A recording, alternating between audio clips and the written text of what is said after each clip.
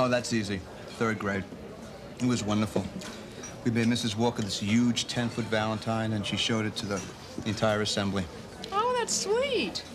Yeah, and then while she was showing it to the rest of the school, she stumbled over this clarinet case and fell into the orchestra pit and opened up this huge gash on her forehead, and she had to be rushed to the emergency room. What is so wonderful about that? Hey, we got the rest of the day off.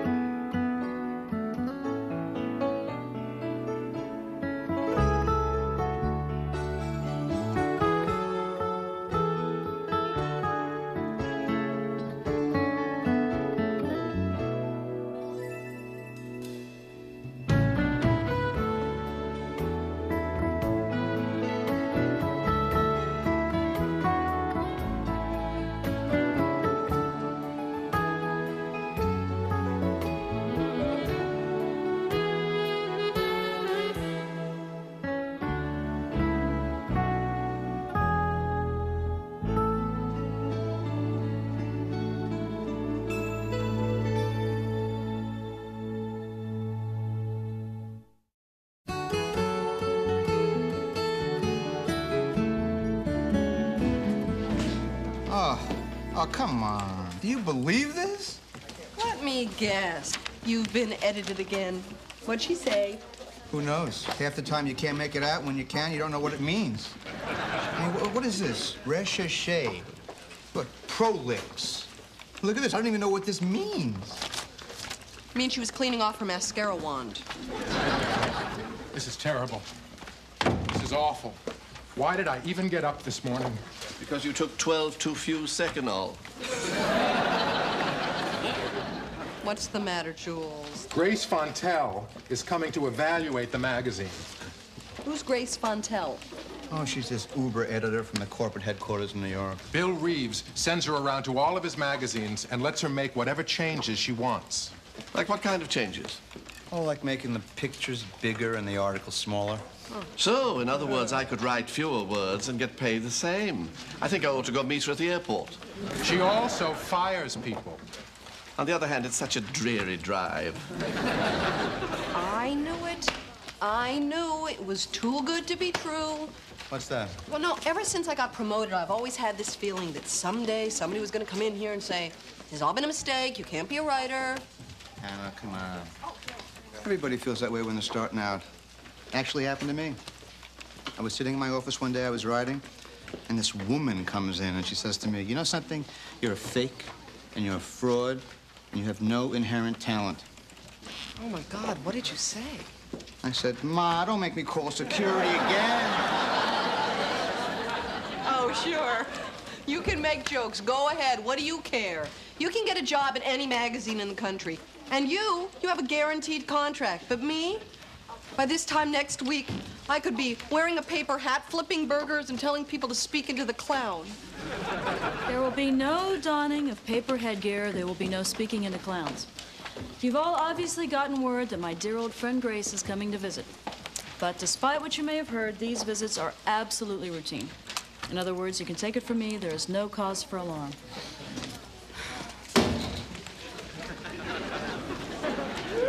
Grace. Catherine.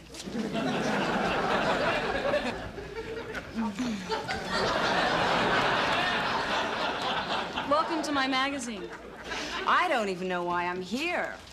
I mean, I think you're doing a bang-up job with the magazine. And circulation isn't everything. We've had a 30% rise in subscriptions and a very positive shift in demographics since Catherine got here. Isn't that sweet? Who are you and why are you speaking? Hannah Miller, and I don't know why. Oh, yes, you're the one whose father was a cop and you taught school for a while and was suddenly promoted from researcher to writer and then got the magazine sued. Yeah, that's me. Grace, if you'd like to see the rest of the operation. Just a second, honey. Attention, everyone. There will be a little informal get-together at my suite tonight. Now, I understand that people have lives, so those of you who have more important things to attend to than your careers may be excused. I'll bring the dip.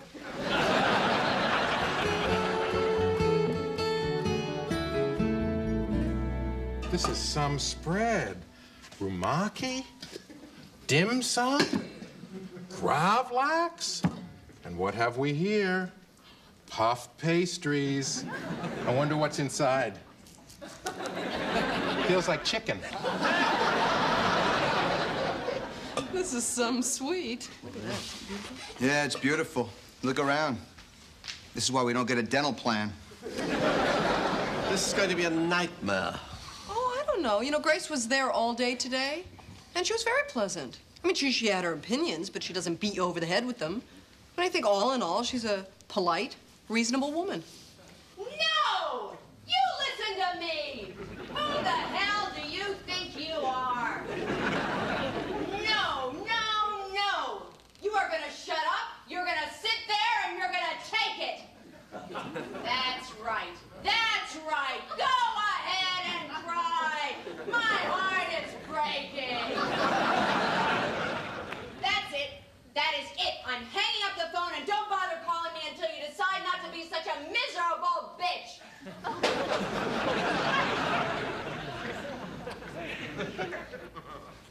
Oh, you're here. Sorry to keep you waiting. I was just on the phone with my mother. She's feeling a little down. She's in the hospital. She acts like she's the only woman in the world to have ever had a hysterectomy.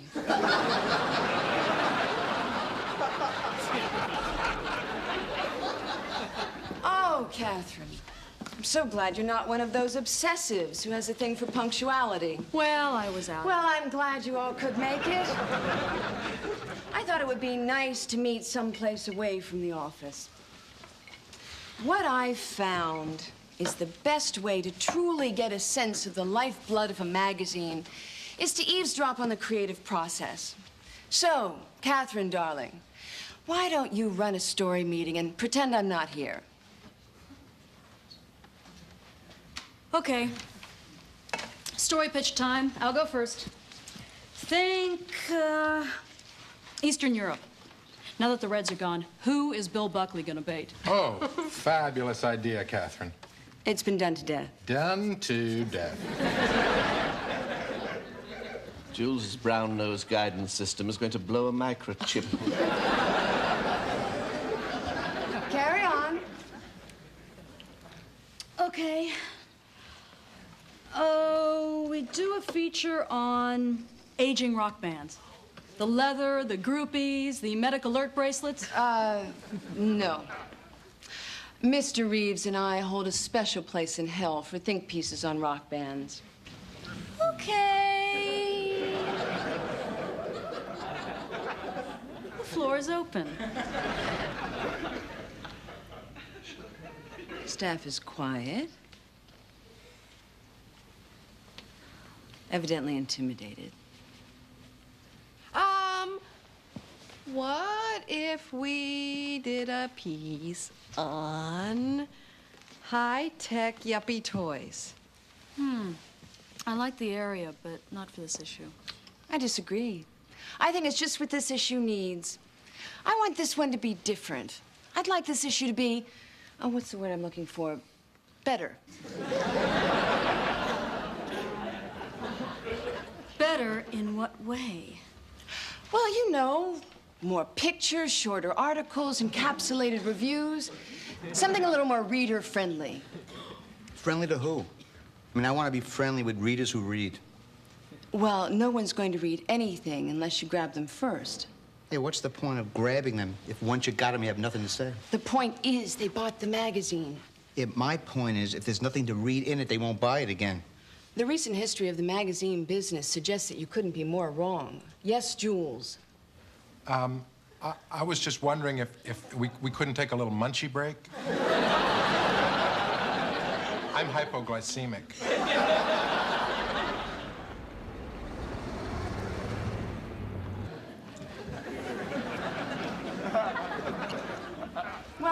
I've seen everything I need to see. Meeting adjourned. Oh, Hannah, I'd like to talk to you a little more about your ideas. Catherine, no need for you to stay. It is my magazine. I'd like to. Not necessary. I really would like to. Good night, Catherine.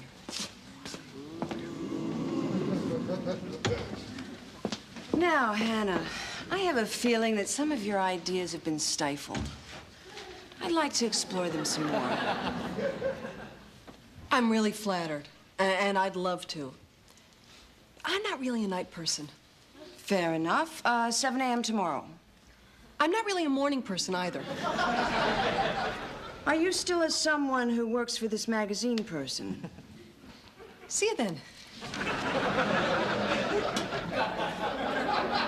Oh, wow. I didn't know there were eclairs. Why don't you just take one home with you? You think I could? Oh, absolutely. There you go. Thanks, Brian. Don't mention it.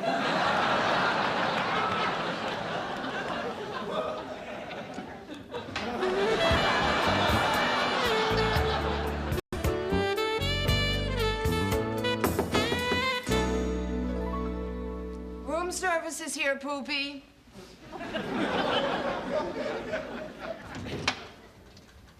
Oh, hi. I smell waffles.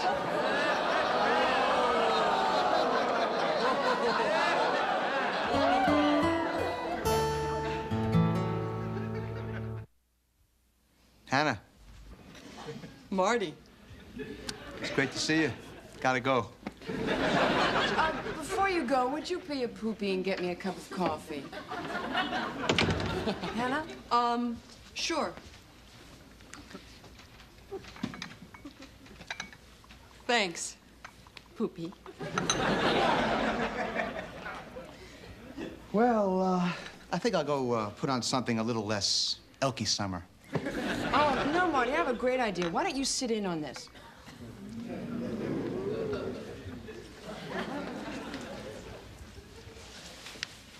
Now, Hannah, I'd like you to feel completely free here. I'd like you to just pitch anything that comes to mind, especially anything that Catherine shot down. I'm very sorry. I'm very sorry. What did you say? Excuse me. Hello? Oh, darling, yes. Oh, yes, of course I miss you. Excuse me, I'm gonna take this in the other room. Darling, how was your antique train show? Oh, wonderful. How could you sleep with her?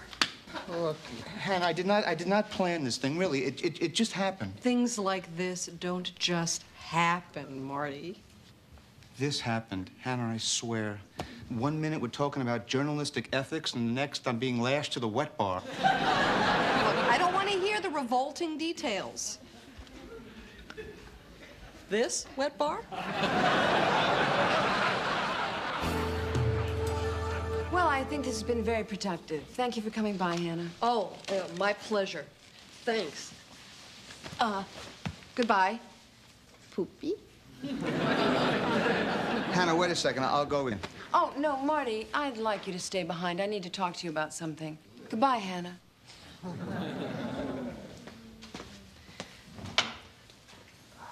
Well, I think I've completed my evaluation of the magazine. Now it's on to the reconstruction phase. What do you mean? Well, I mean replacing Catherine. Whoa. Wait, what are you talking about? You can't fire Catherine. Watch me. Oh, but she's, you know... Catherine is dead, Marty. Just pretend that she's been hit by a bus. You know, in looking for someone to replace Catherine, only one name comes to mind. He's smart. He's sexy. Oh, and I bet he's ticklish right here. Really, Grace, I'm very flattered, but how can I take Catherine's job? Marty, Catherine's out of a job, whether you take it or not. Now, wouldn't it be nice not to be edited anymore? I mean, wouldn't it be nice to finally have a real writer at the helm? And wouldn't it be nice if this chandelier supported both our weight?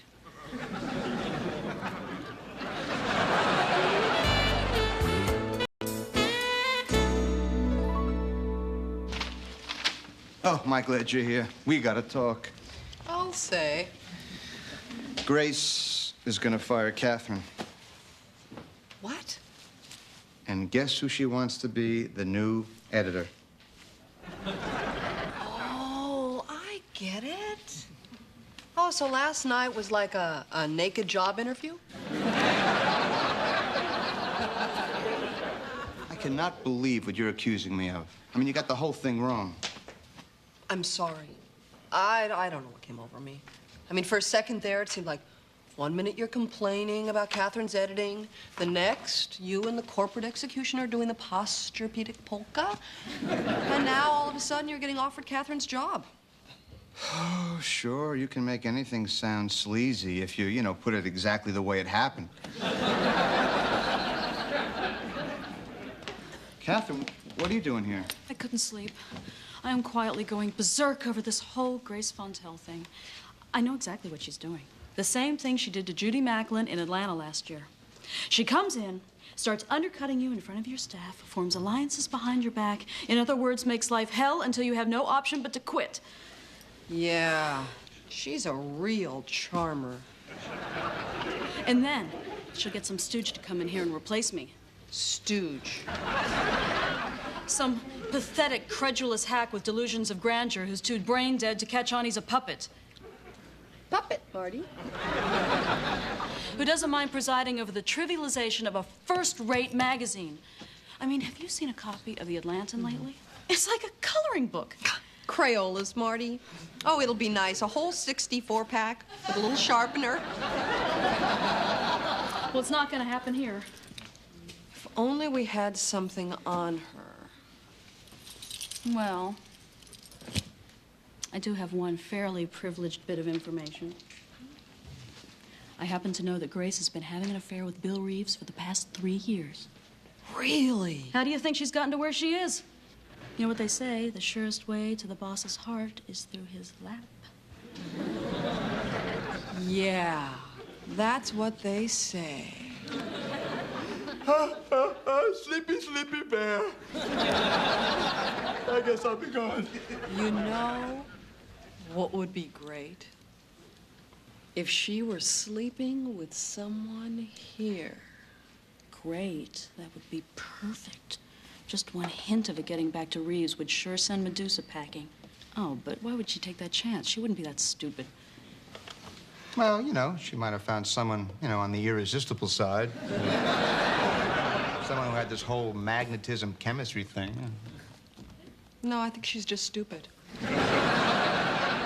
Yeah, sure. But who would crawl into bed with that shrike? Who is so completely devoid of self-respect, so consumed with self-loathing, so incredibly hard up that they could bear to get anywhere near that hydra?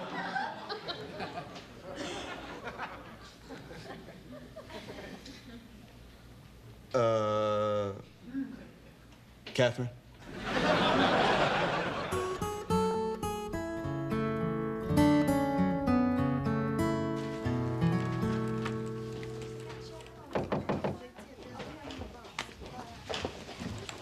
Catherine, I think we need to talk. I have a better idea. I'll talk and you listen. This is my operation, and I'm through letting some mediocre, masthead-mangling magazine meddler muck up my mock-ups. So why don't you just scurry back under the linoleum? I'm so glad you said this, because it makes what I have to do that much easier. Say goodnight, Gracie. Bill. Hello, Grace. Mr. Reeves, what brings your tycoonship to our humble publication? Catherine asked me to fly in. She evidently has some surprise for me. I don't believe you've met Marty Gold yet, have you, Bill? Hi. Hi. You wouldn't. I'm starving, Bill. Are you hungry? Let's eat. Ah, not until he's had his surprise. And be prepared, Bill, because I think this is really gonna stun you.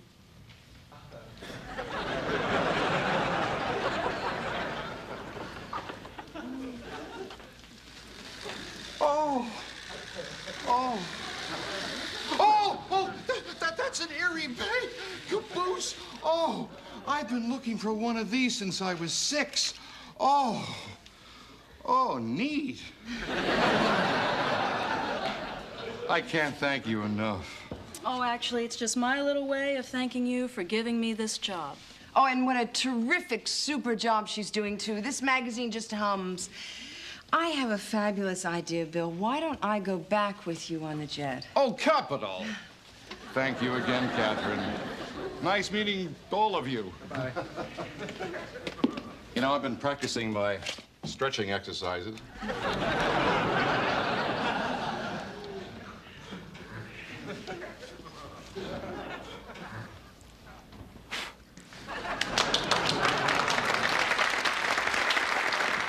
for everybody at the Everest Room, my treat. And you too. Thanks. Our pleasure. You coming to dinner? Oh, yeah. We'll be right there. What's up? Just do me a favor and explain this whole Grace thing to me. Oh, Hannah, Now, come on. The two of you had nothing in common. You had contempt for everything she stood for, and you still slept with her. Did you look at her? Oh, please. Really, men don't, turn down beautiful women. I mean, you wouldn't understand this because, like you're a beautiful woman, but women can sleep with, whoever they want. But men, we have to sleep with anyone who lets us. Come on. No, really, Hannah, look, I'll tell you, I'll make you a bet. Okay, we'll both call, like, someone we were involved with in the past, and we'll ask them to sleep with us. I'll bet you $100 that my old girlfriend says no, your old boyfriend says yes. Marty, this is ridiculous. Yeah, who should go first? Marty. Okay, I'll go. Let's see.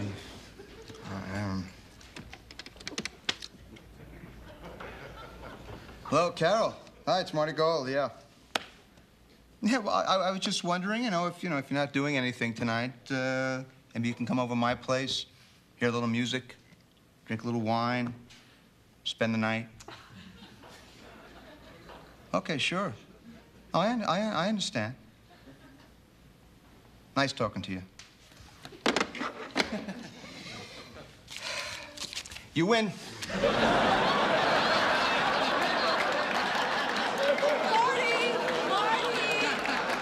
Don't I get to make my call? Who cares?